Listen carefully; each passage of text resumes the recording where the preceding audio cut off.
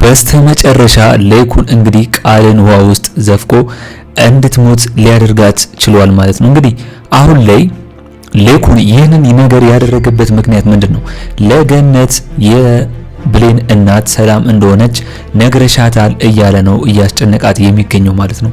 አሁን ላይ አቶ ሌኩን ይህንን ወሬ የሰማው ማን ነው? ከገነት ጓደኛ ነው። የገነት ጓደኛ ሌኩን ጋር በመሄድ እንግዲህ አሁን ላይ የብሌን እናት ሰላም እንደሆነች በስልክ ተደውሎ እንደተነገራት ሙሉ መረጃውን በኃይሉ ሄዳ አቃጥራለች ወይም ደግሞ ተናግራለች። ይሄ ምንድነው የሚያሳየው? እንግዲህ አሁን ላይ የገነት ጓደኛ ገነት በማታውቀው ተቀጥራ ወይም ደግሞ አሁን ላይ ለባህሉ ሰራተኛ እንደሆነች ይታወቃል ማለት ነው። ስለዚህ ይህንን ነገር ደግሞ ይህንን መረጃ በሰጠች ቁጥር ለእሷ ገንዘብ ያስብላታል ባህሉ።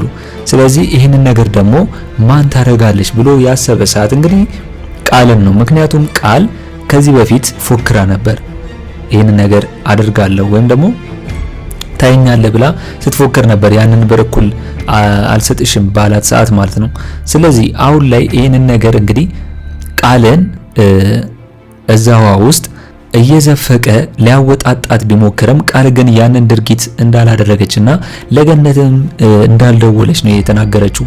ነገር ግን በዚህ መሃል ነው እንግዲህ ሳሚ እሱ አይደለችም ብሎ በኃይሉን ቃልን እንዲተዋት ሊያደርግ የቻለው ማለት ነው። አሁን ላይ በኃይሉ ደግሞ እሷ ካልሆነች ማን ሊሆን ይችላል እያለ እንግዲህ ሳሚን እየጠየቀው ነው። ስለዚህ ሳሚ አሁን ላይ እንግዲህ ምንም ሳይነግረው የቃል እዛ ውስጥ ውሃ ውስጥ መቀመጥና እየዘፈቃት ባለው ውስጥ ዝም ማለቷ የሆነ ነገር እንደሆነች ነው የተመለከተው። ለዛም ነው ለበኃይሉ ቶሎ ነግሮት አሁን ላይ ቃልን እንዲያት ያደረገው ማለት ነው። ስለዚህ ቃል የሆነ ነገር ከሆነች ወይም ደግሞ በዛ ሁኔታ ውስጥ ሆና ከሞተች በኃይሉ ወንጀለኛ እንደሆነ ግልጽ ነው ማለት ነው። ሳያስበው ወንጀልም በደንብ ሰርቷል ማለት ነው። ስለዚህ አሁን ላይ እንግዲህ ሳሚ ሙልጊዜም በኃይሉን መበቀልና እሱን አንድ ቀን የሆነ ነገር ማድረግ እንደሚፈልግ ይታወቃል። ስለዚህ ያንን ነገር ያሳካዋል ወይስ አያሳካውም? እስቲ ሁላችሁም ሀሳብ አስተያየታችሁን ኮሜንት ላይ በማስቀመጥ ማድረስ ትችላላችሁ። እንግዲህ አደራ ክፍል 24 ቶሎ እንዲለቀቅ ሁላችሁም ኮሜንት ላይ ክፍል 24 ቶሎ ይለቀቅልን በማለት ይህንን ቪዲዮ ላይክ በማድረግ ይጀምሩ። እንግዲህ ቃልን እንዳየናት ብሌንን ለማናደድና ከዳግም ጋር የምትፈልገውን ነገር ያደረገች በማስመሰል ብሌንን ለማናደድ ሞክራ ነበር። ነገር ግን ብሌን መጀመሪያውኑ እንግዲህ ከዳግም ጋር እንዴት ሊኖራት ይችላል ወይም ደግሞ ዳግም ይሄንን ነገር እንዴት ሊያደርግ ይችላል ከኔ ጋር ሆኖ ወይም ደግሞ ለኔ ፊሊንግ ያለው እንዴት ከሷ ጋር ሊሆን ይችላል ብላ በሽቃ ነበር። ቃል እንደሚታወቀው ዳግምን ትወደዋለች። እናም በዚህ ሁኔታ ውስጥ ሆና እንግዲህ ዳግም ሊያባብላትና አጠገቧ ለመሆን ቢሞክርም ነገር ግን ቃል ዳግምን ቀርባ እሱን ለማሳሳትና ከሱ ጋር ለማደር ፈልጋ ነበር ማለት ነው። በዚህ ሁኔታ ውስጥ ግን ዳግም ራሱን እንግዲህ ከእንደዚህ አይነት ነገር አርቋል፣ ቃልንም ርቋታል ማለት ነው። በዚህ ጉዳይ ግን በጣም ተናዳለች። ምክንያቱም እንግዲህ ዳግም እንደሚታወቀው ከብሌን ጋር እንደፈለገ ሲሆንና እሷን ሲስማት እንዴት ለኔን ተጸየፍክ በማለት ቃል ብትለውም ነገር ግን ዳግም አሁን ላይ እሷን ቃልን መቼም ቢሆን እንደማይፈልጋትና ለሷ ፊሊንግ እንደሌለው ነው የነገራት ማለት ነው። በዚህ ጉዳይ ግን ብሌን እውነት መስሏት ነበር። ዳግም ከቃል ጋር የተኛች መስሏት ቃል ከዛ ቤት ስትወጣ እንደተኛች ስላስመሰለች ማለት ነው። እንግዲህ አሁን ላይ ቃል እንደሚታወቀው ብሌንን ሰራተኛ ስለሆነች ተጨቁናታለች ወይም ደግሞ እሷን የሆነ ነገር ለማድረግ ነው ፍላጎቷ። ምክንያቱም የብሌንን የሆነ ነገር በሙሉ እሷ መውሰድ ስለምትፈልግና ስለምትቀናባት በብሌን ላይ ይህንን ነገር ግን አሁን ላይ ያስተዋለው ዳግም ነው። ዳግም ሁልጊዜ ያቅባታል ቃል አሁን ላይ በብሌን እንደምትቀናና አሁንም ቢሆን ብሌን እንደማትወዳት ያውቃል። ለዛም ነው ብዙ ጊዜ እንግዲህ ለብሌን ለተጨቆነችው አጠገቧ ሆኖ እየረዳት ያለው ማለት ነው። ስለዚህ አሁን ላይ እንደሚታወቀው ዳግም ብሌንን በአጭሩ እንደሚወዳትና እንደሚያፈቅራት በቃል ፊት ለፊት ነግሯታል ማለት ነው። ቃል እንግዲህ ያን ጊዜ በጣም አበደች። በጣም ያልጠበቀችውን የሆነባት ብሌንም ብትሆን ያልጠበቀችውን የሆነባት። ምክንያቱም ብሌን ይዛው የመጣችው ዳግምን ቃል ጋር ቃል የዋሻቻትን ፊት ለፊት እንድትናገር ለማድረግና ውሸት ነው እውነት የሚሆነውን በዛው ለመለየት ፈልጋ ነበር ማለት ነው። ነገር ግን ዳግምን ይዛ በመጣችበት ሰዓት ብሌን ቃል የምታወራው ጠፍቶት በቃ ዝም ብላለች። ዳግም ደግሞ አሁን ላይ በቃል ፊት ብሌን እንደሚወዳት እንደሚያፈቅራት በነገራት ጊዜ ብሌን ደንግጣ ሄዳለች። ለምንድን ነው የደነገጠችው? ያልጠበቀችው ነገር ስለሆነ።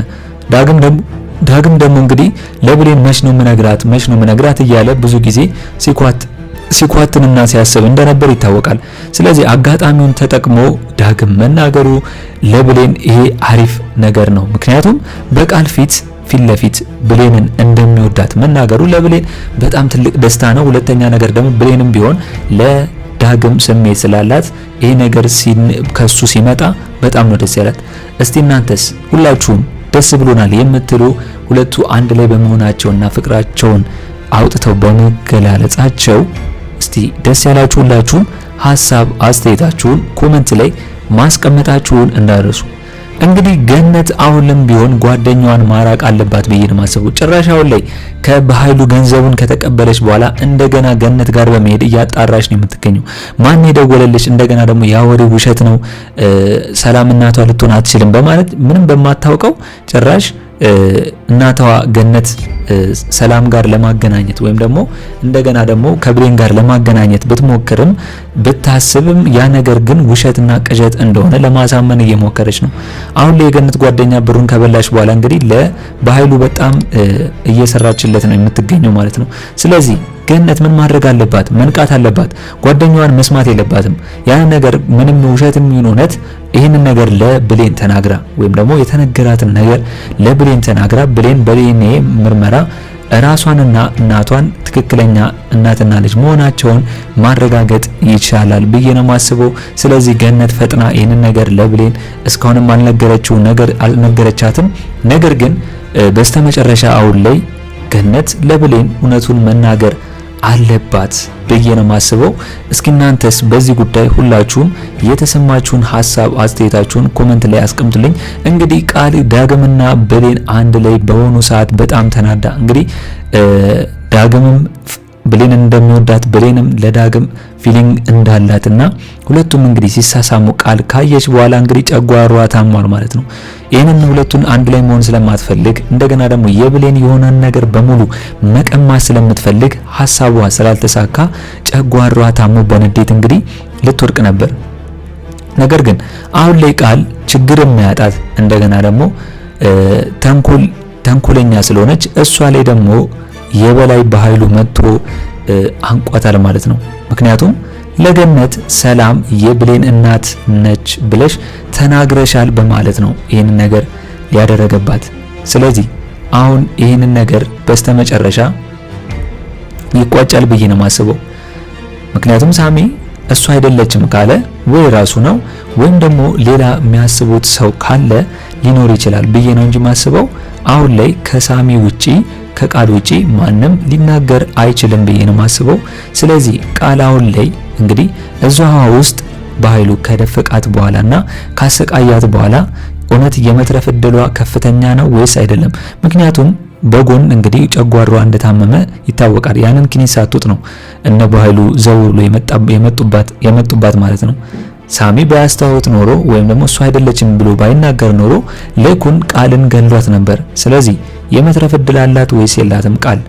እስቲ ሁላችሁም በዚህ ጉዳይ ሐሳብ አስተያየታችሁን ኮሜንት ላይ አስቀምጡልኝ።